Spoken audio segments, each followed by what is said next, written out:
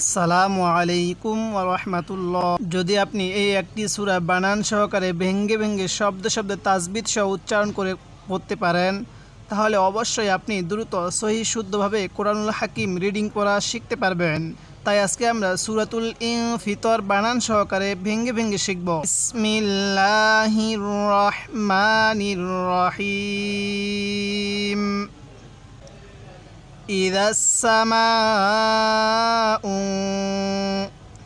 তাহলে আমরা এই জালটাকে একটু নরম করে পড়ব এবং মিমের মধ্যে আমরা 4 আলিফ টান দিব।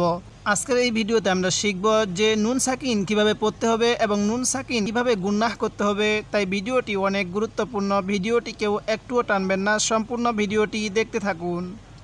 তার আগে ছোট্ট একটি রিকোয়েস্ট করব, আমার এই চ্যানেলটি সাবস্ক্রাইব করুন। তাহলে কিভাবে পড়ব?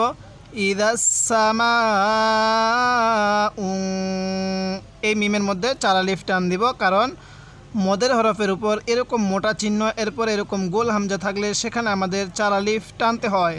তাহলে আলিফটা হলো মদের হরফ, এই যে মোটা চিহ্ন এরপরে এরকম গোল হামজা থাকলে সেখানে আমাদের 4 আলিফ টানতে হবে। তাহলে কিভাবে পড়ব?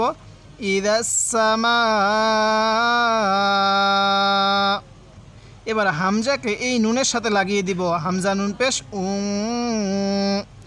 এটা নাকের বাঁশি দ্বারা গুন্নাহ করব। আমরা এখানে নিয়মটা খুব ভালোভাবে স্মরণ রাখব। যদি আমরা কোরআনুল হাকিমের এই একটি নিয়ম এখানেই শিখতে পারি, তাহলে পবিত্র কোরআনুল হাকিম আমরা পুরোটাই সহিহ শুদ্ধভাবে এই নুন সাকিনটা পড়তে পারবো। তাহলে হামজা লাগবে এই নুনের সাথে এখন নুন সাকিনের পরে যদি ইকফার 15টি হরফ থেকে কোনো একটি হরফ থাকে, তাহলে ওই নুন সাকিনটিকে আমরা গুন্নাহ করব। তো কি বললাম আমি নিয়মটা? নুন সাকিনের পরে ইকফার যদি 15টি হরফ থেকে কোনো একটি হরফ থাকে, তাহলে ওই নুন সাকিনটিকে আমরা গুন্নাহ করব। এই যে একটি নুন সাকিন দেখতেছি, নুন সাকিনের পরে ফাটি হলো ইকফার হরফ, এজন্য আমরা এই নুন সাকিনের মধ্যে গুন্নাহ করব। তাহলে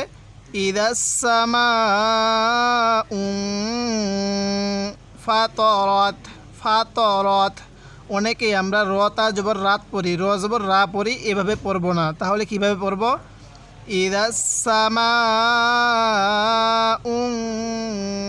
ফাতরত। ওয়াকফ করলেও আমরা এরকমভাবেই পড়ব। এই যে গোল চিহ্নটা দেখতেছি, এটার নাম ওয়াকফ। ওয়াইদাল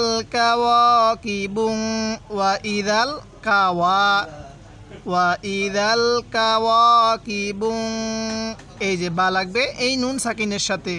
যদি আমরা নুন সাকিনটি এক জায়গায় শিখতে পারি, চিনতে পারি এবং বুঝতে পারি, তাহলে পবিত্র কোরআনুল হাকিম পুরোটাই আমরা সহিহ শুদ্ধভাবে গুন্নাহ করতে পারবো। তাহলে ওয়াইদাল কাওয়াকিবুন তাসারত, এটা কিন্তু সা, অনেকে আমরা এটাকে ভুল বুঝে শিন পড়ে থাকি, তা আমরা এটাকে সা পড়বো, একটু নরম করে পড়বো, তাহলে এটা সহি উচ্চারণ হবে। তাহলে ওয়াইদাল কাওয়াকিবুন তাসারত। আরেকবার আমার সাথে পড়ুন, ওয়াইদাল কাওয়াকিবুন তাসারত। কিভাবে পড়বো? ওয়াইদাল কাওয়াকিবুন তাসারত। ওয়াইদাল বিহারু, এই হাটা উচ্চারণের সময় মুখ দিয়ে হালকা বাতাস বের করব। আর জিলাপির পেজের মতো যে পেঁচাইন্না হা আছে, এই হাটা উচ্চারণের সময় আমরা মুখ দিয়ে হালকা আওয়াজ বের করব। তাহলে এইরকম হাত দেখলে উচ্চারণের সময় আমরা কি করব? মুখ দিয়ে হালকা বাতাস বের করব। ওয়াইদাল বিহারু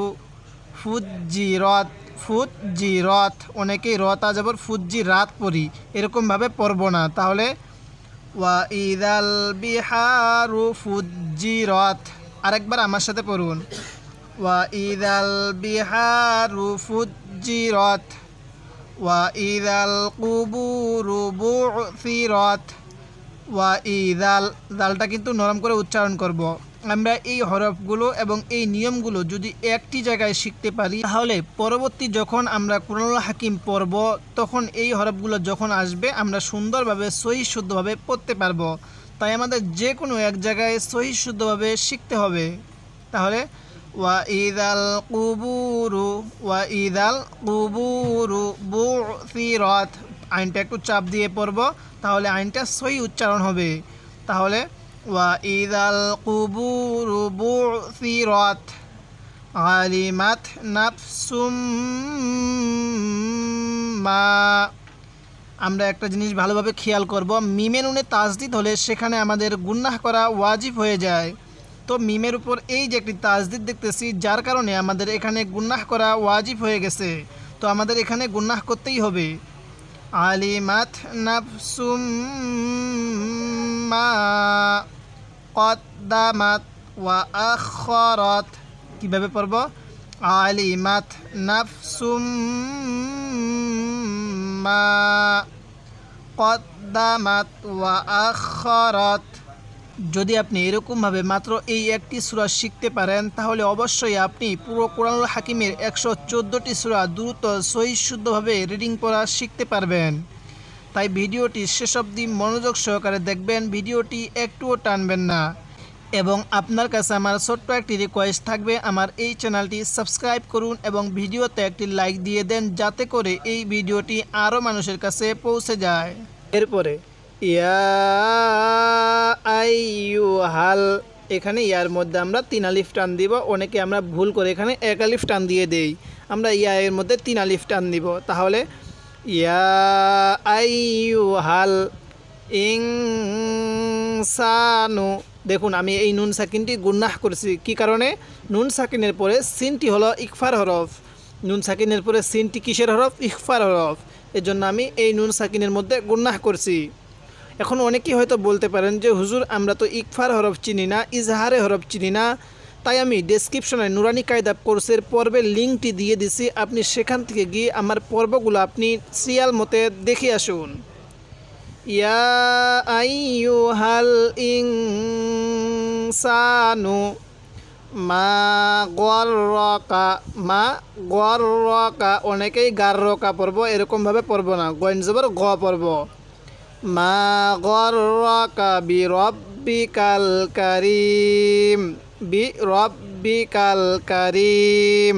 আরেকবার ইয়া আইয়ুহাল ইনসানু মা গররাকা বিরব্বিকাল কারীম। আরেকবার আমার সাথে পড়ুন, ইয়া আইয়ু, শব্দটা কি? আইয়ু। তাহলে ইয়া আইয়ুহাল ইনসানু মা গররাকা বিরব্বিকাল কারীম। এখানে ওয়াকফ করার সময় আমরা 3 আলিফ টান দিব। আমরা একটা জিনিস এবং একটা নিয়ম ভালোভাবে স্মরণ রাখব, মদের হরফের পরের হরফে যদি ওয়াকফ হয়, কি বললাম? মদের হরফের পরের হরফে যদি ওয়াকফ হয়, তাহলে সেখানে আমরা 3 আলিফ টান দিব। মদের হরফ হলো 3টি, ওয়াও, আলিফ, ইয়া। এই যে ইয়া মদের হরফ, এরপরে মিমের মধ্যে ওয়াকফ হয়েছে, যার কারণে আমরা এখানে 3 আলিফ টান দিব। তাহলে বিরব্বিকাল কারীম, এরকমভাবে শিখব। আল্লাযী, আল্লাহ দি, দালটা নরম করে 1 আলিফ টান দিব। আল্লাযী। এখন অনেকে হয়তো বলতে পারেন যে হুজুর, এই যে আয়াতের শুরুতে একটি খালি আলিফ দেখতেছি, তো আপনি হামজা জবর পড়লেন কেন? আমরা একটি নিয়ম শিখে রাখব, আয়াতের শুরুতে যখন এরকম খালি আলিফ বা খালি হরফ দেখব, আমরা তখন তার উপরে একটি জবর দিয়ে ওই হরফটা পড়ে নিব। যেমন এখানে আলিফটা খালি আছে, উপরে একটি জবর দিলে হয়ে যাবে আল্লাযী খলাকাকা ফাসাওয়াকা ফাআদালাক। ফাআদালাক। আরেকবার আল্লাযী খলাকাকা ফাসাওয়াকা ফাসাওয়াকা ফাআদালাক। দেখুন এখানে কিন্তু মদের হরফ নাই, যার কারণে এখানে ওয়াকফের সময় কোনো টান হবে না। তাহলে ওয়াকফের সময় কাফের উপর যে জবরটি আছে এটি বাদ যাবে। যদি জবর থাকতো তাও বাদ যাইতো, যদি পেশ থাকতো তাও বাদ যাইতো, যদি জের থাকতো তাও বাদ যাইতো। তো জবর আছে, এটিকে বাদ দিয়ে দিব। তাহলে কিভাবে ওয়াকফ করব? ফাআদালাক। তাহলে আল্লাযী খলাকাকা ফাসাওয়াকা ফাআদালাক ফি আই। ফির মধ্যে 3 আলিফ টান দিব। ফি আই সূরাতিম সুরাতিম, তা লাগবে মিমের সাথে লাগিয়ে গুন্নাহ করব নাকের বাসি দ্বারা। সুরাতিম মাশাআ। তো এবার আপনি বলেন তো দেখি এই শিনের মধ্যে কয় আলিফ টান দিব? হ্যাঁ, বলে ফেলুন শিনের মধ্যে কয় আলিফ টান দিব? হ্যাঁ, 4 আলিফ টান দিব। মদের হরফের উপর এরকম মোটা চিহ্ন, এরপরে গোল হামজা থাকলে 4 আলিফ টানতে হবে। তাহলে ফি আই সূরাতিম মাশাআ রাক্কাবাক। রাক্কাবাক, র লাগবে কাপের সাথে, রাক্কাবাক। আরেকবার, ফি আই সূরাতিম মাশাআ রাক্কাবাক।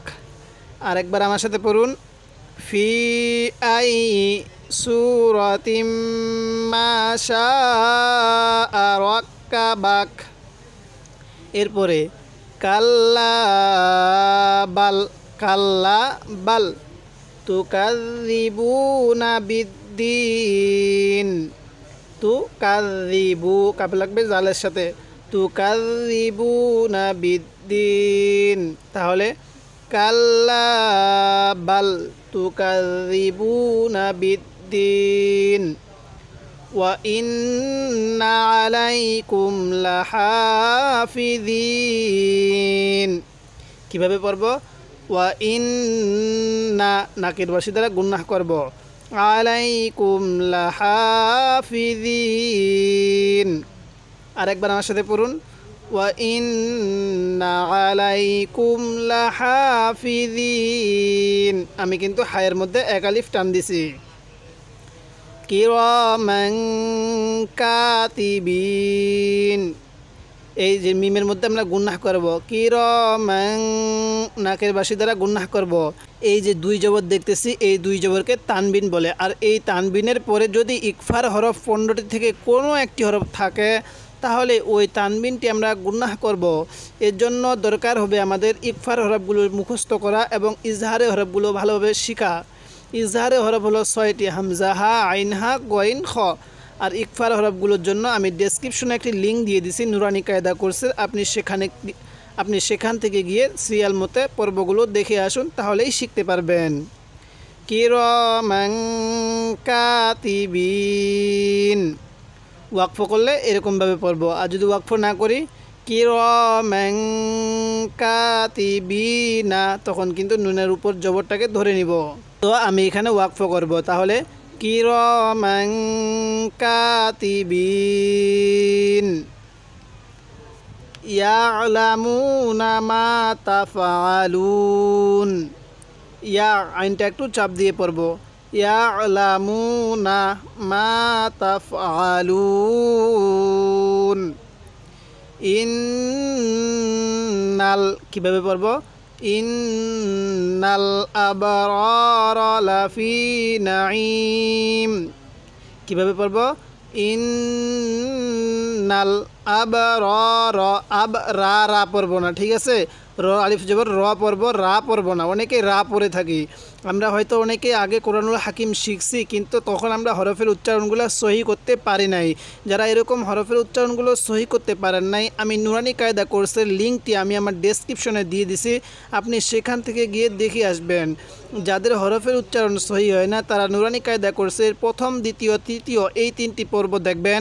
এবং যাদের হরফের উচ্চারণ সহি আছে কিন্তু 1 আলিফ টান কোথায় দিতে হবে, 4 আলিফ টান কোথায় দিতে হবে, গুন্নাহ কোথায় করতে হবে, তারা আমার নুরানি কায়দা কোর্সের 5ম, 6ম, 7ম এবং 8ম এবং 9ম এই কয়েকটি পর্ব দেখবেন।